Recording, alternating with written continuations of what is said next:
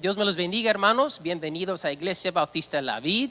Saludos a todos que están aquí con nosotros visitando y también por internet. También bienvenidos. Nos gozamos que nos acompañen.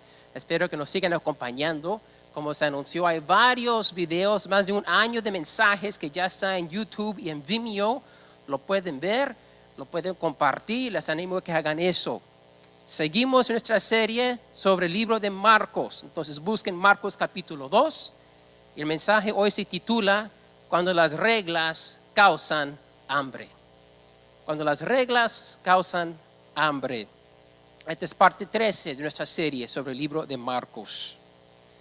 Más para recorrer un poquito lo que ya hemos visto, el conflicto entre Jesús y los escribas se está intensificando.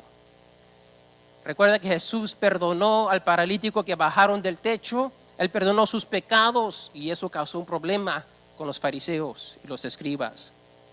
Luego Jesús llama a un recaudador de impuestos, Leví, que lo siga. Y luego él comió en la casa de Leví con otros recaudadores de impuestos y pecadores. Y todos estaban entonces preguntando a los discípulos, ¿por qué Jesús come con pecadores? Y luego vimos la semana antepasada que los discípulos de Jesús no se conforman a la tradición judía de ayunar, como los fariseos y también como los discípulos de Juan el Bautista. Luego Jesús les enseñó algo nuevo ha llegado. Tenemos que dejar lo viejo y aceptar a Jesús porque Él es el Hijo de Dios. Y entonces es tiempo de celebrar, y si han entendido quién ha llegado, ustedes también estarían celebrando porque el Hijo del Hombre ha llegado. Entonces hoy vamos a ver que cuando uno sigue ciertas reglas puestas por hombres pueden causar hambre, causar daño a otros. Antes de un trabajo donde no pueden comer mientras trabajan y no pueden comer ni snack ni nada porque esa es la póliza, esas son las reglas. Me pasó una vez cuando yo tenía un trabajo de Chick-fil-A. ¿Te imaginas trabajando con comida todo el día? Los que trabajan en el restaurante saben lo que estoy diciendo, ¿verdad?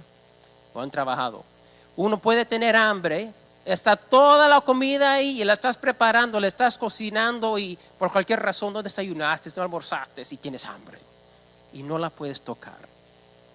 Y todos están comiendo, tú te la estás preparando, tú la estás sirviendo, todos están comiendo y tú no la puedes comer. ¿Por qué? Por la regla de tu empleado, tu jefe, tu jefa.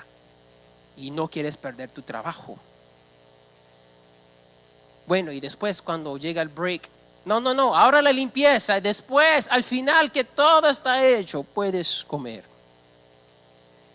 Esas eran noches largas para mí. Y si han experimentado eso, yo sé que también saben lo que estoy hablando. Jesús había proveído por las necesidades de su pueblo. Él había dado unas leyes para asegurar que nadie en Israel pasara por hambre. Un tipo de sistema social, de welfare, pero de Dios. Pero no era del gobierno, era de Dios mismo. Pero luego vamos a ver que los hombres hicieron otras leyes, otras reglas que no les permitía disfrutar de esa bendición de Dios. Y para seguir esas reglas humanas tenían que sufrir hambre. Entonces vamos a leer en Marcos capítulo 2, empezando el versículo 23. Puestos de pie, vamos a leer la palabra de Dios. Son 5 versículos, no es largo. Marcos 2, 23, al final del capítulo dice así la palabra de Dios. Y aconteció que un día de reposo, un sábado, Jesús pasaba por los sembrados y sus discípulos, mientras se abrían paso, comenzaron a arrancar espigas. Entonces los fariseos le decían, mira, ¿por qué hacen lo que no es lícito en el día de reposo? Y él les dijo, ¿nunca habéis leído lo que David hizo cuando tuvo necesidad y sintió hambre, él y sus compañeros?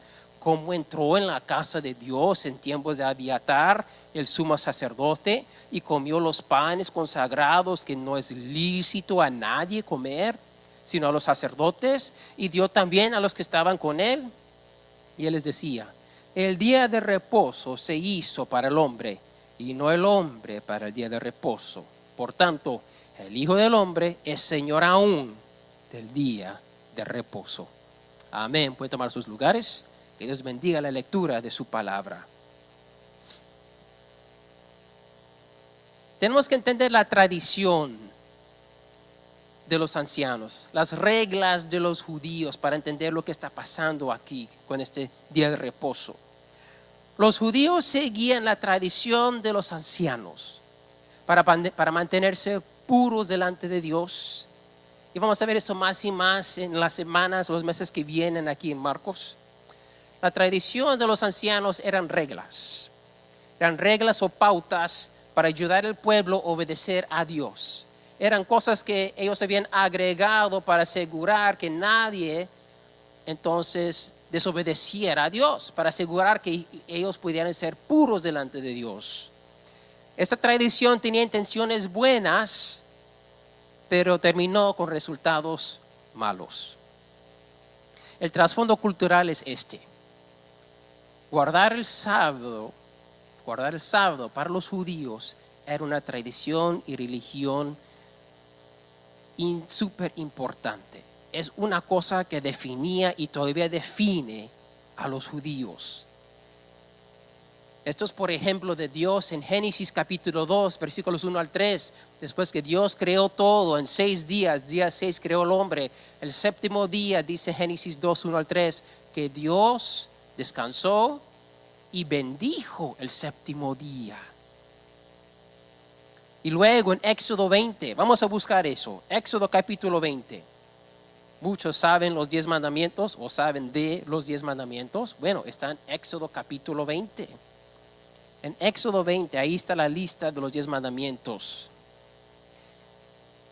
Y el primer mandamiento que es para el hombre es este. Éxodo 20, empezando el versículo 8, dice así: acuérdate del día de reposo para santificarlo.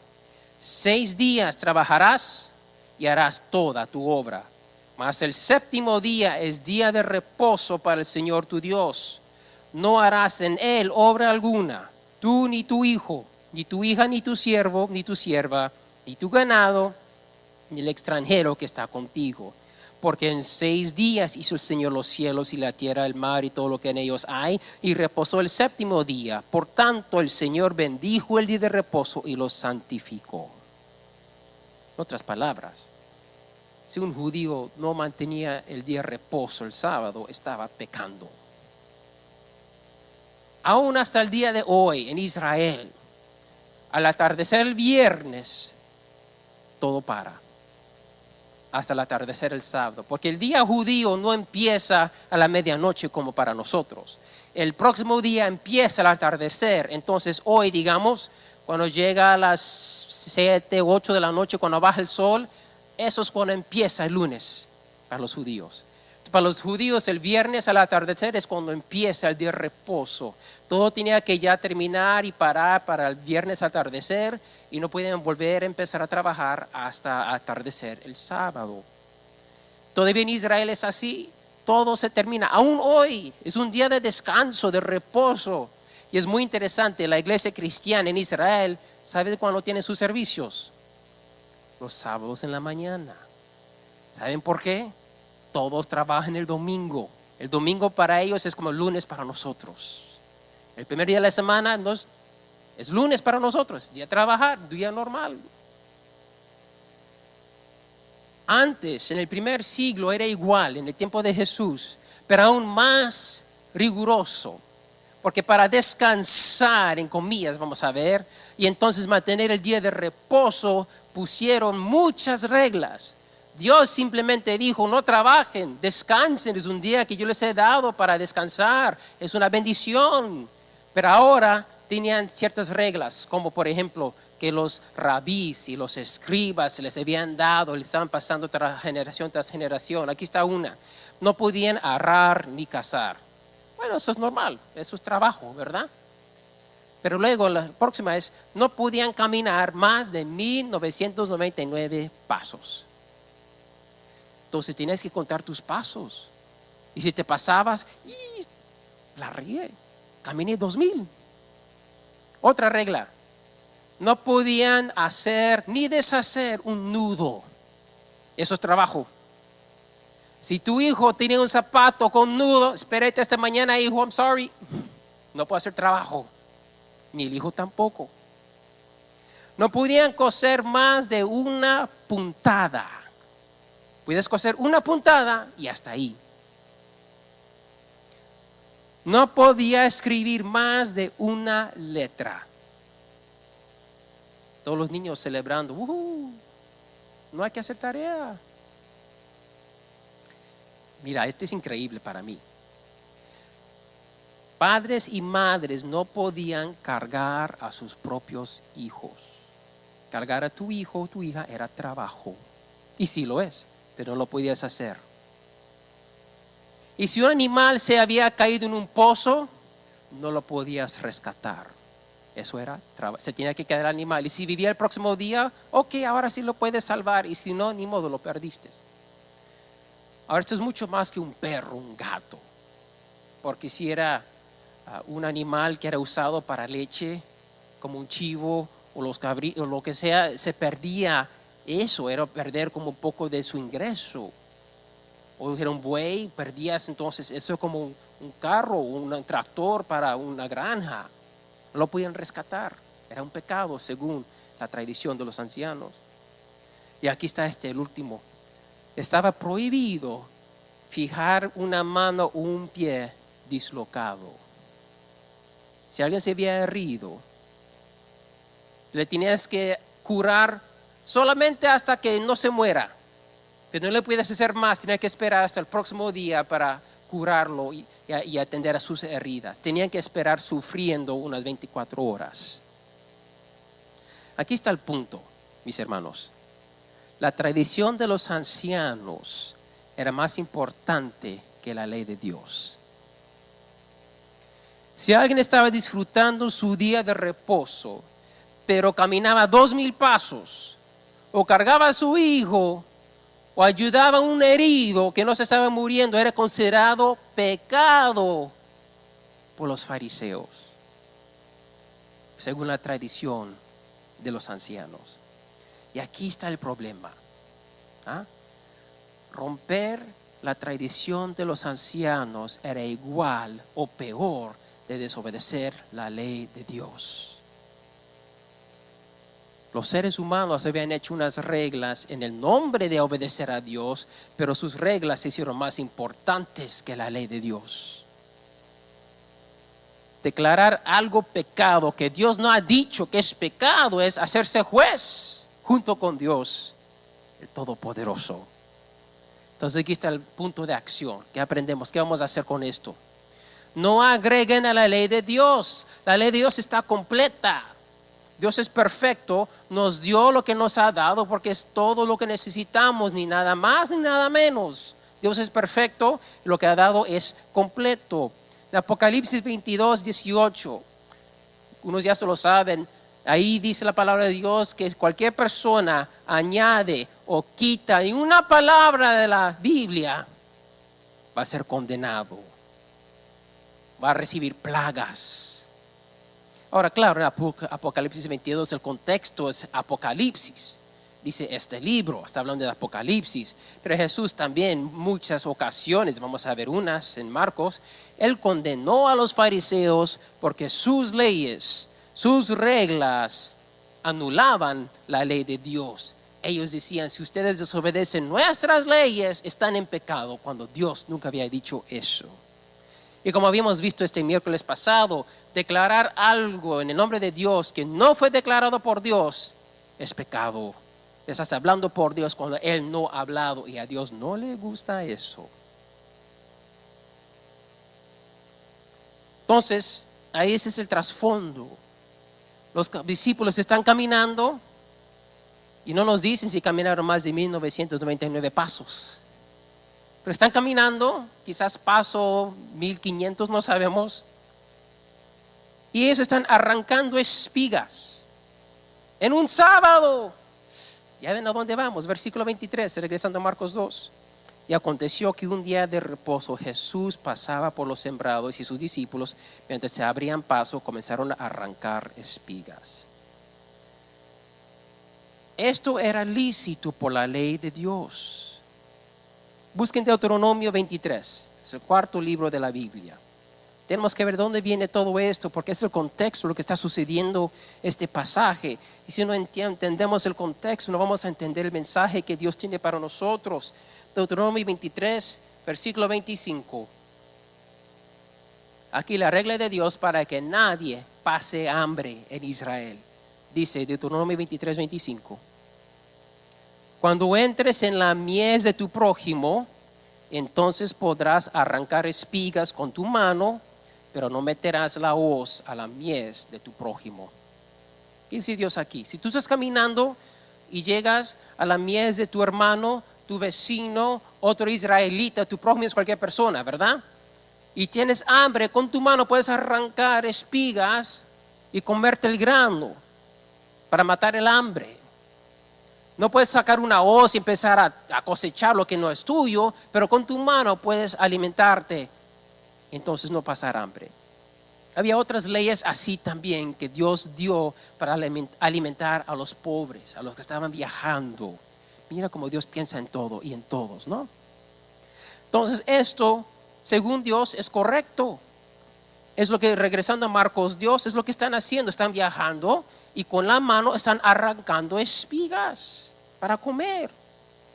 Pero los discípulos estaban desobedeciendo la tradición de los ancianos, porque para ellos arrancar espigas era igual a cosechar, que era entonces trabajar. Aquí Dios declaró en Deuteronomio 23, puedes arrancar espigas con la mano, y Él no hizo excepción. Él no dijo, lo puedes hacer aunque no sea sábado. Él no dijo eso, lo puedes hacer, dijo Dios, no puso excepción.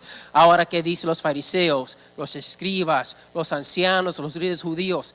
Lo puedes hacer con la excepción de los sábados. Si lo haces el sábado es pecado, no es lícito. Aquí está el punto.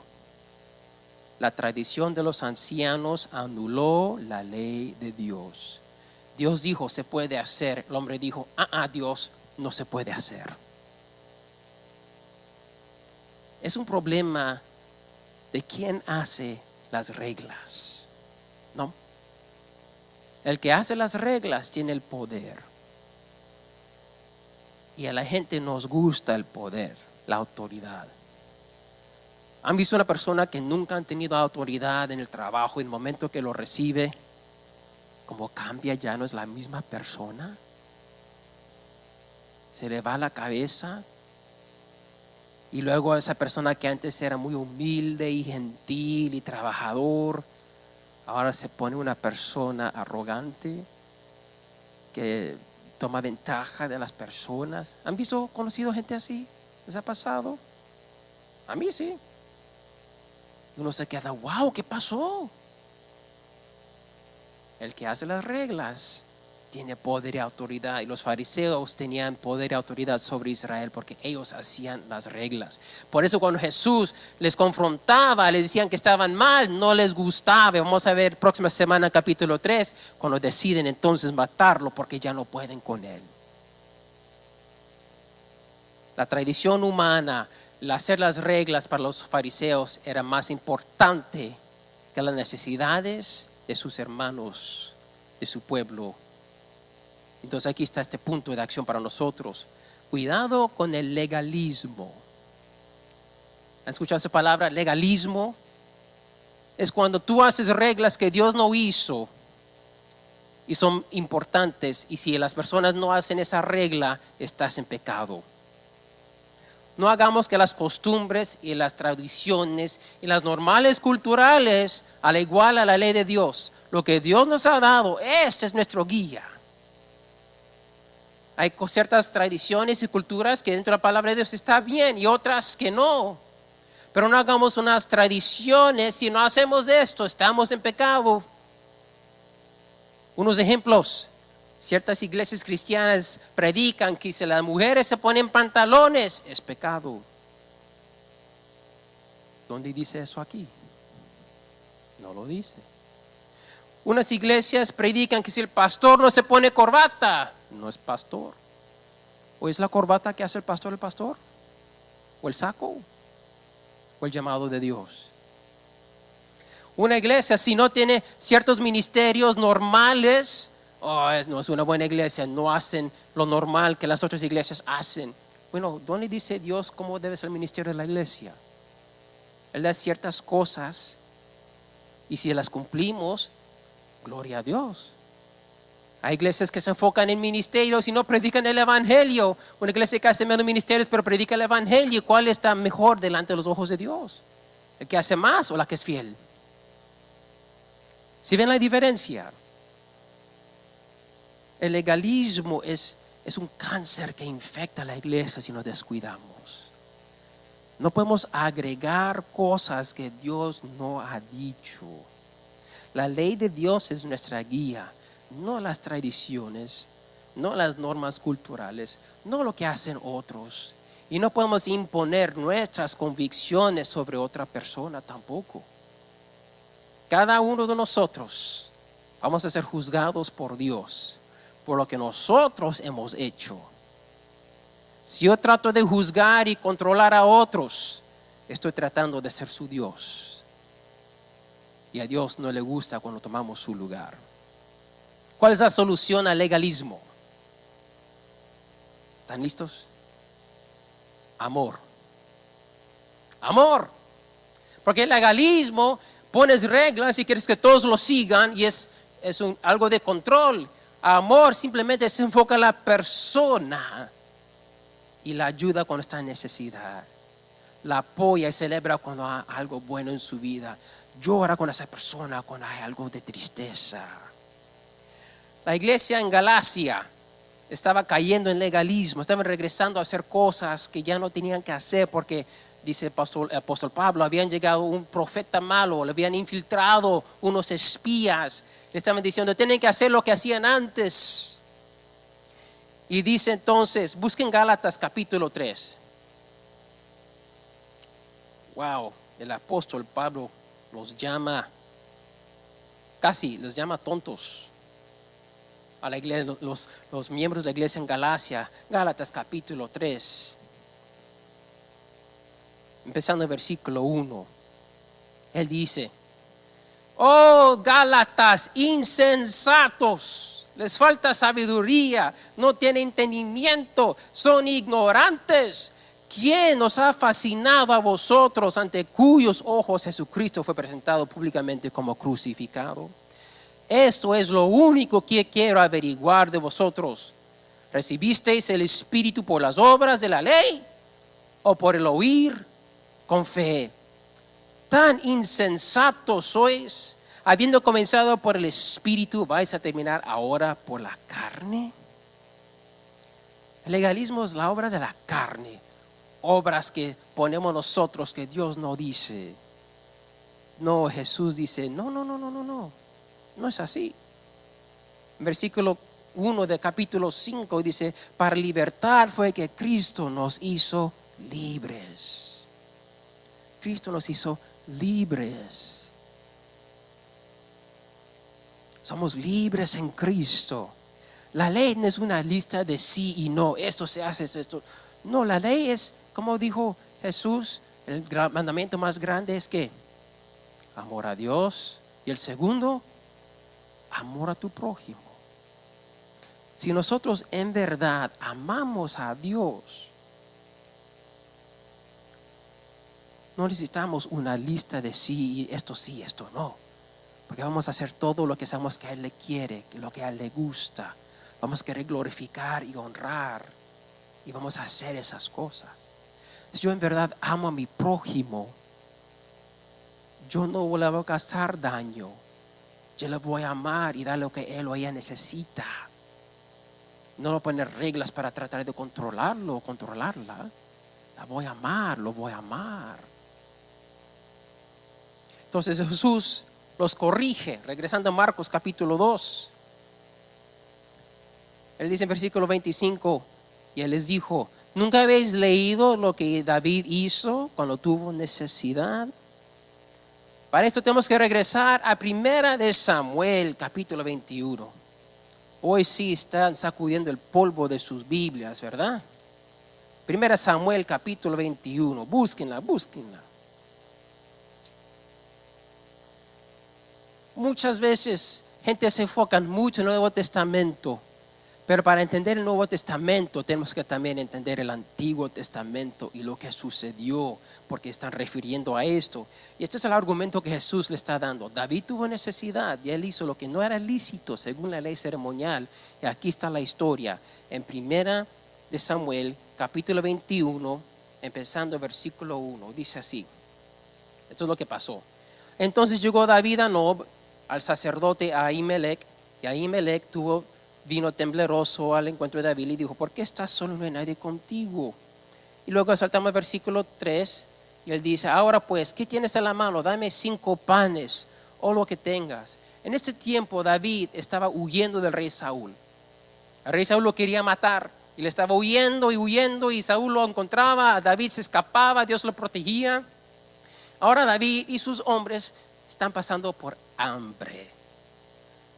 No estoy diciendo una hambre en que no desayunaron, llegó al mediodía, tienen hambre. Tenían hambre, huyendo sin hogar en el desierto con nada de comer. Y él: ¿tienes algo para darnos de comer? Algo. Respondió el sacerdote, versículo 4: no hay pan común a mano, pero hay pan consagrado. Este pan consagrado solo los sacerdotes podían comer. No era pan común para todos, era pan sagrado. Y sería entonces romper la ley ceremonial de Dios cualquier persona comérselo. Pero que ese sacerdote se lo dio a David. ¿Por qué? La vida humana era más importante que la ley ceremonial. Muy interesante, ¿no? Entonces Jesús está refiriendo a esta historia y: oye, David, de su linaje va a venir el Mesías. No había un mejor rey que el rey David. Él era su hijo que iba a ser el Mesías. Estaban esperando el Mesías y Jesús dijo: oye, si David hizo esto y no es lícito a nadie comer, y se lo dieron también a sus compañeros, ¿por qué dicen que es malo que ellos arranquen unas espigas en el día de reposo? Esto sentó un precedente. Rescatar una vida humana es importante. Dios nos ama. Y ese es el punto que vamos a llegar. ¿Qué es el propósito del día de reposo? Versículo 27, regresando a Marcos. El día de reposo se hizo para nosotros, para el hombre. Dios lo bendijo para nosotros disfrutarlo. No era una carga. Era algo para disfrutar y ir y descansar, reposar con la familia y recordar las bondades de Dios y celebrar. Pero los judíos lo convirtieron en una carga y ya no era bendición. Y en versículo 28 Jesús termina: por tanto, el Hijo del Hombre es Señor aún del día de reposo. Wow, esto sería suficiente. Él ya hizo 2 argumentos. David comió el pan sagrado porque tenía gran necesidad. El día de reposo fue hecho para el hombre disfrutarlo, para bendición, no para ser una carga. Y 3, yo soy Señor del día de reposo, entonces lo que yo digo no importa lo que ustedes digan. Yo soy el jefe. En tantas palabras. Él dijo: el Hijo del Hombre es Señor aún del día del reposo. Jesús tiene tanta autoridad. Hemos hablado mucho de la autoridad de Jesús, ¿no? Vino el Espíritu Santo sobre él en el bautismo, la voz del cielo dijo: este es mi Hijo. Y entonces luego él tiene autoridad para enseñar, autoridad para sanar, autoridad para sacar demonios. Él tiene autoridad para llamar a pecadores. Él no se contamina cuando él toca a un leproso. Él tiene tanta autoridad que lo que él dice sucede. Autoridad para perdonar pecados. Y ahora él es el Señor del día de reposo. Piensen, ¿quién es el Señor del día de reposo? ¿Quién lo creó? ¿Quién lo bendijo? ¿Quién le dio la ley para obedecerlo? Jehová, Dios. ¿Y qué está diciendo Jesús aquí? Yo soy el Señor del reposo. Yo soy Dios. Hijo. Ahora saben por qué lo querían matar. Vamos a llegar a eso la próxima semana, no se lo pierdan. Aquí está el punto. Las leyes de Dios son para vida. Lo que Dios nos da no son restricciones, es para bendición. A veces vemos la palabra de Dios, vemos los mandatos como que, ay, la tengo que hacer. Y sentimos que es una carga. Sentimos que nos va a costar. Sentimos que, ay, es como una camisa fuerte que no te deja mover y hacer nada. Pero no es así. Eso es lo que Satanás nos pone en la mente. Eso es la carne diciendo, yo no quiero a Dios. Busquemos Juan capítulo 15. Ya saben, ese es el capítulo favorito de la vid, ¿verdad? Jesús dijo, yo soy la vid verdadera. De ahí viene el nombre de esa iglesia. Pero en Juan 15, versículo 10. Aquí Jesús dice algo que espero les haga de gran impacto. Juan 15, versículo 10. Si guardáis mis mandamientos, permaneceréis en mi amor. Así como yo he guardado los mandamientos de mi Padre y permanezco en su amor. Estas cosas os he hablado para que mi gozo esté en vosotros y vuestro gozo sea perfecto. ¿Quién no quiere tener un gozo completo? Yo lo quiero. Ahora yo he pensado en tiempos pasados que si yo adquiero tal cosa, mi alegría va a ser completa. Cuando compré mi primer carro, pensé, voy a tener mi carro, voy a poder ir por donde yo quiera, voy a tener mi libertad, y no fue así. Ahora tenía que pagar gasolina, la aseguranza, el mantenimiento, y no era lo que pensé. Mi gozo no era completo, me trajo más dolor de cabeza de lo que yo sabía. Cuando yo pensé, quiero mi primera casa, yo soñé lo que iba a ser tener una casa, mi mente era todo perfecto, y luego compré casa, y el primer día el calentador de agua no funciona, el calentador no funciona, y es febrero. Y empezaron desde el primer día los dolores de cabeza, el mantenimiento, cortar el pasto, se dañó esto, no puedo llamar a la oficina, yo soy la oficina, yo tengo que ir a arreglarlo. Y mi gozo no ha sido completo. Y ha sido la vida así, ¿no? Piensas, si yo cojo tal trabajo, tal estudio, tal carrera, tal cosa, vivo en tal lugar, mis hijos van a tal escuela, mi gozo va a ser completo, y no es así. Pero ¿qué dice Jesús? Yo te he dicho estas cosas para que mi gozo esté en ustedes. El único gozo completo es el gozo que Cristo da. Nos encuentra en este mundo. Pero ¿cómo podemos recibir este gozo? Está en versículo 10. Guardando sus mandamientos, permaneciendo en su amor. Los mandamientos de Dios son el amor de Dios. ¿Cuál padre le dice no a sus hijos cuando va a tocar una olla caliente? ¿Qué padre no haría eso? ¿Por qué? Es un no de qué? Amor, de protección, de cuidado. Cuando un niño va a correr en la calle y el padre le grita con toda su fuerza, ¡no! Es un padre malo, abusivo. Es un padre que ama a su hijo y le está tratando de salvar la vida. Cuando Dios dice, ¡no! Es un Dios malo o un Dios de amor que nos está tratando de proteger y cuidarnos de peligros. No son restricciones, es protección, es amor. Y cuando yo le digo a mis hijos, estudia, esfuérzate, aprende a perseverar, no seas flojo, trabaja, ora, depende de tu Dios. Me miran como que, estoy cansado, ya no quiero, papi. No importa, boom, vamos. ¿Soy un padre malo tratando de animar a mis hijos a hacer algo que no quieren hacer? ¿O soy un buen padre que desea el mejor futuro para sus hijos?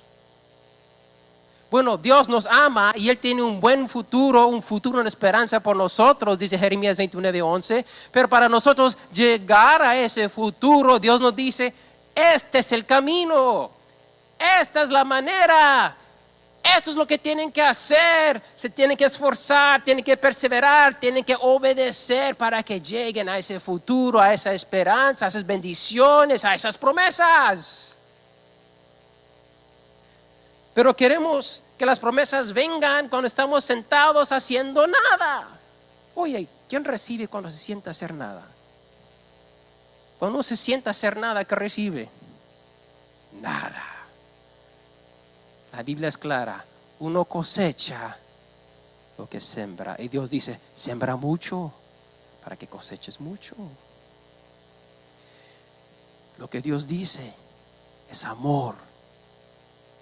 Es amor. Y si permanecemos en su amor, nuestro gozo va a ser completo. Vamos a ser libres, vamos a ser saciados. Satanás nos miente y nos dice, no, estás mejor sin eso. Vas a perder tu libertad. Te van a forzar a dar, te van a forzar a hacer cosas. ¿Sabes por qué Satanás te dice eso? Él no quiere que tú encuentres ese gozo. Él te pone en vez una carnada, pero no sabes que con esa carnada detrás hay un gancho. Y cuando tú muerdes esa carnada, no te vas a poder librar. Pero si seguimos los pasos que Dios nos da, podemos evitar esas situaciones. Te quiero dar un reto. Nos quiero dar un reto a nosotros, ¿ok? Si no has intentado obedecer a todo lo que Dios te ha mandado, inténtalo. Quizás por la primera vez en tu vida. Quizás obedecido más o menos bien, pero te quiero dar el reto a obedecer todo. A poner el esfuerzo a hacerlo todo. ¿Por qué? Es recibir y permanecer en el amor de Dios. Es como recibir el gozo de Dios. Y yo quiero que mi iglesia sea una iglesia gozosa. ¿Ustedes qué les parece? Que es una iglesia gozosa. Jesús nos ha dado el camino. Vamos a hacer un compromiso. ¿Qué les parece? Para obedecer todo lo que Dios nos ha dado para hacer. No por un día. No por una semana. ¿Por qué no hacemos el compromiso de hacerlo por 40 días?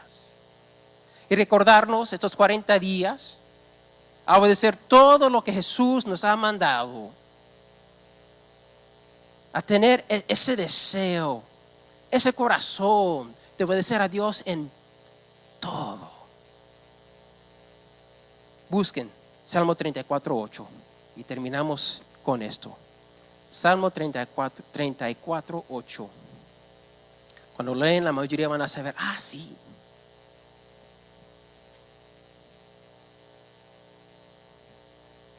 Dice, probad y ved que el Señor es bueno. Cuán bienaventurado es el hombre que en Él se refugia. Vamos a probar de Dios. Vamos a ver si nosotros cumplimos todo lo que Él dice. Vamos a recibir sus bendiciones, su gozo, oraciones contestadas, unas vidas transformadas. Les voy a dar unos tips para empezar. Empezar con lo básico, amar a Dios. ¿Cómo amamos a Dios? Si amas a Dios, quieres estar en su presencia, ven a la iglesia sin faltar. ¿Amas a Dios? Lee su carta de amor todos los días. Aún por unos minutitos. No diciendo una hora. Si ahora lees 0 minutos, lee 5. 5 es mejor que nada. Si lees 5, lee 10. Ponte a orar, habla con tu Dios de amor. En verdad, entra en su presencia. La Biblia dice que somos sacerdotes. ¿Por qué no entramos en la presencia de Dios? Vamos a orar. Si decimos que la amamos, pues tú no hablas con las personas con quien amas. Hablemos con Dios. Amas a Dios, sirve. Si tú no estás sirviendo en un ministerio en esta iglesia, ponte a trabajar por tu Dios en amor. Haz algo para tu Dios. Y también amor a tu prójimo. Si alguien te ha ofendido, perdónalo, perdónala, como Dios te ha perdonado a ti tus faltas. Si amas a tu prójimo, comparte lo que Dios está haciendo en tu vida. Comparte tu testimonio, lo que Dios está haciendo, lo que está enseñando, las oraciones contestadas, el gozo que te ha dado. Comparte tu testimonio con el que necesita una palabra de aliento. Amas a tu prójimo, dales el evangelio. Esto es amor a tu prójimo. Y a la misma vez amor a Dios, porque estás obedeciendo su mandato de ir a ser discípulos. Es el primer paso, compartir el evangelio. 40 días. 40 días para permanecer en el amor de Dios. Según Juan 15.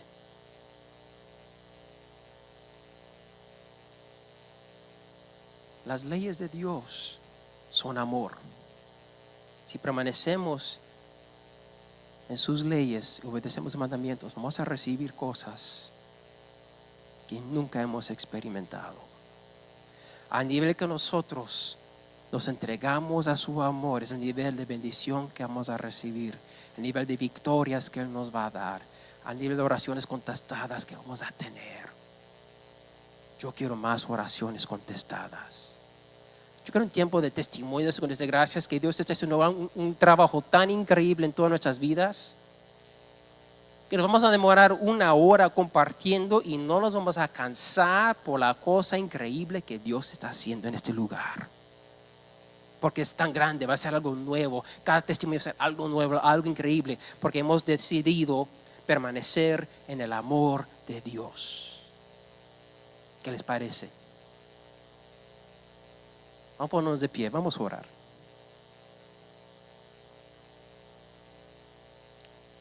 Yo voy a empezar hoy este reto.